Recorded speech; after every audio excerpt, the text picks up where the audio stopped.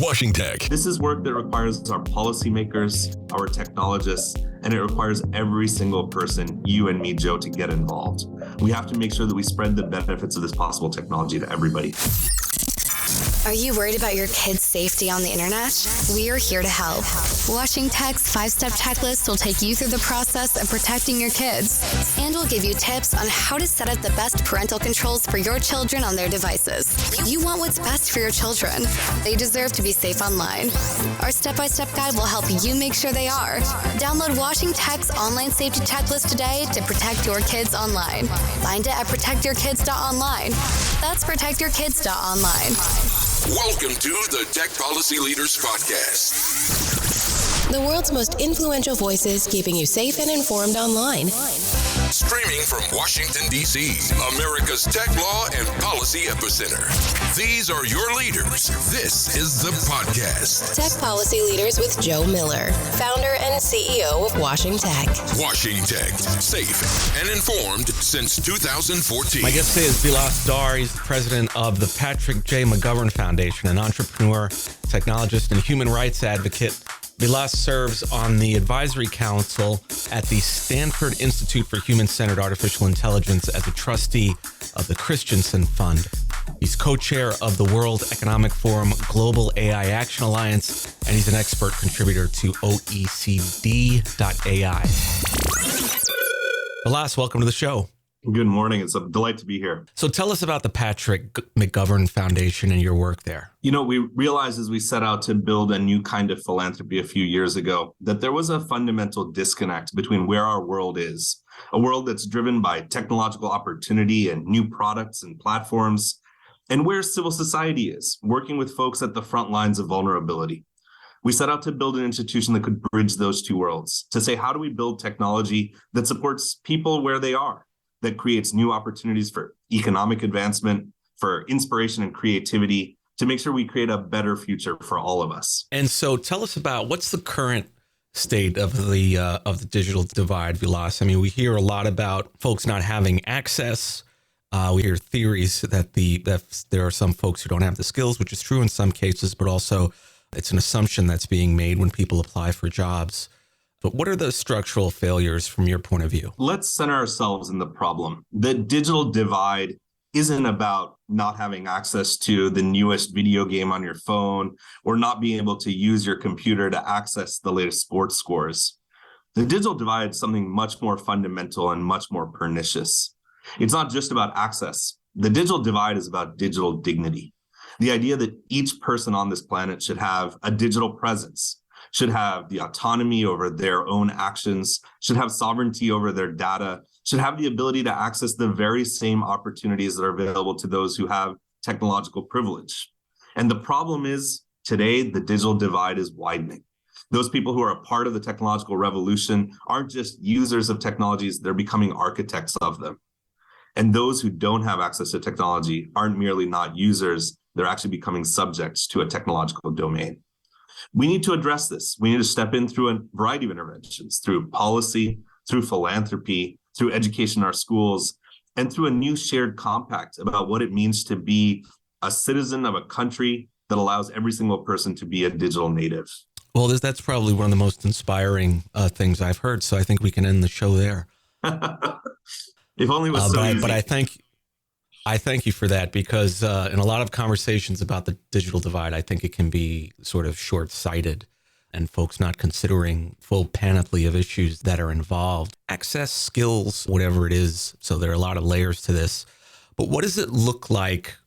Let's talk about investment for a minute. What does investing in digital dignity in individuals and communities, what does that look like? We need to start on what I think of as a value-added ladder. It's certainly the case that we need to start from the point of saying, how do we make sure that everybody does have a device, that everybody does have connectivity? But that's more than the hardware and the fiber lines that run out to communities. It's making sure that we're making sure that every citizen has a full access to services that do everything from, getting online to understanding what the resources are that are necessary for them to realize their goals. For school-age children, it's making sure that they have digital access and curriculum, that teachers are prepared to teach them how to use these tools well. For job seekers, it's making sure they have access not just to job opportunities, but to all of those sets of skills development, of job performance trainings, of understanding ecosystems of support and where there are partners, peers, and mentors. For individuals who are trying to use the internet to realize their own kind of aspirations around creativity, we need to make sure that we're providing on-ramps that allow for communities to identify those who have high talent, to make sure they're connected to resources and teachers, to make sure, really, as I'm saying this to you, Joe, I'm realizing that none of these are technological solutions, right? And this is at the core of our work. It's actually putting together a full suite of human and community services that support any individual to move from being not in a technological world to being a master of one.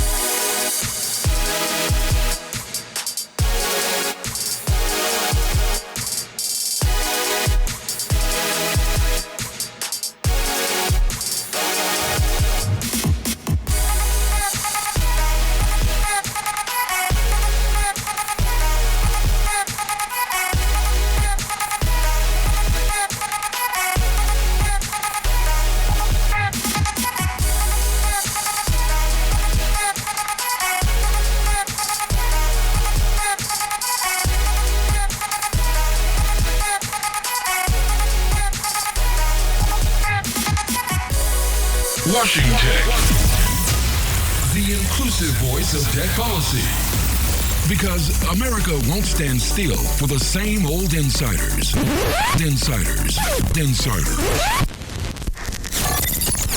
WashingTECH, moving the needle. How does closing the digital divide help stop the spread of misinformation? At the core of a question around better civic participation is making sure that every person has the capacity and a familiarity with knowing what misinformation looks like, to understand what a positive tech interaction is, and when somebody's in the role of being a target, a subject, or a victim of somebody else's political agenda. The first thing we need to do is create a broad-based digital literacy. We need to let people really be able to explore how news is created, how information is spread, and in today's world, how social media networks are often propagating ideas, not because they're right, but because they're viral. We can invest in that in a few different ways. One is certainly supporting journalists, newspapers, reporters in understanding technology so they can better control the spread of ideas that they want to share in the world, to make sure that they're able to attract eyeballs to the kinds of news that is really fact-based, that's grounded in truth and grounded in a story of what matters. We also need to allow communities to be able to come together to verify what's real and what's not, to allow us to trust each other in our reading of the news, to flag those things that seem suspicious, and to know that in doing so, we're taking power away from platforms to show us what we should be seeing, and instead trusting our communities to ensure that the right news surfaces to the top. Lots of issues here to discuss, and still lots of work to do. The FCC recently released its broadband map, which I was happy to see. But there are a lot of other interventions, as you said, that don't necessarily involve technology and partnerships with the Department of Commerce, of Education, to help with some of the issues you raised. So where are organizations like the McGovern Foundation and some of the other organizations you're a part of? What are they doing to step in to solve these problems? You know, we're inspired not at the Patrick J. McGovern Foundation merely by our own efforts, but by the efforts of our partners. Let me give you a few examples of where I'm seeing real interventions that create new digital dignity in the world.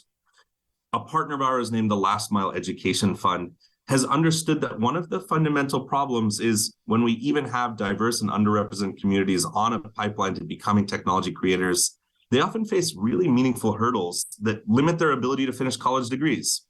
And the Last Mile Education Fund steps in to say, in those moments of absolute crisis, how can a little bit of help propel incredible young men and women to become technology creators for the future?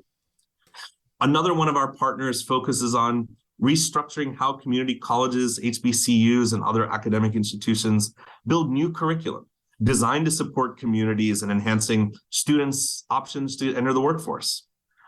And in one of the most exciting changes we're seeing recently, an organization named AIEDU is working across the country to build a new curriculum that goes into schools with the partnership of teachers and superintendents to get our students ready for an AI-enabled world, to teach them basic concepts about what AI is and put them on a path where if their curiosity inspires them, they can go on to become masters of artificial intelligence.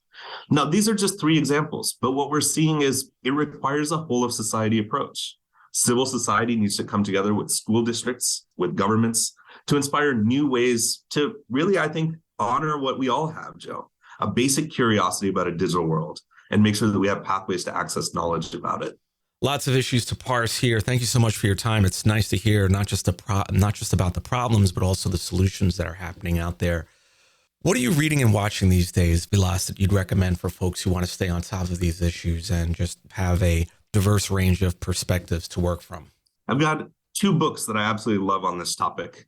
The first one's by some great thinkers, by Henry Kissinger and Dan Huttenlocher and Eric Schmidt, and it's called The Age of AI and Our Human Future.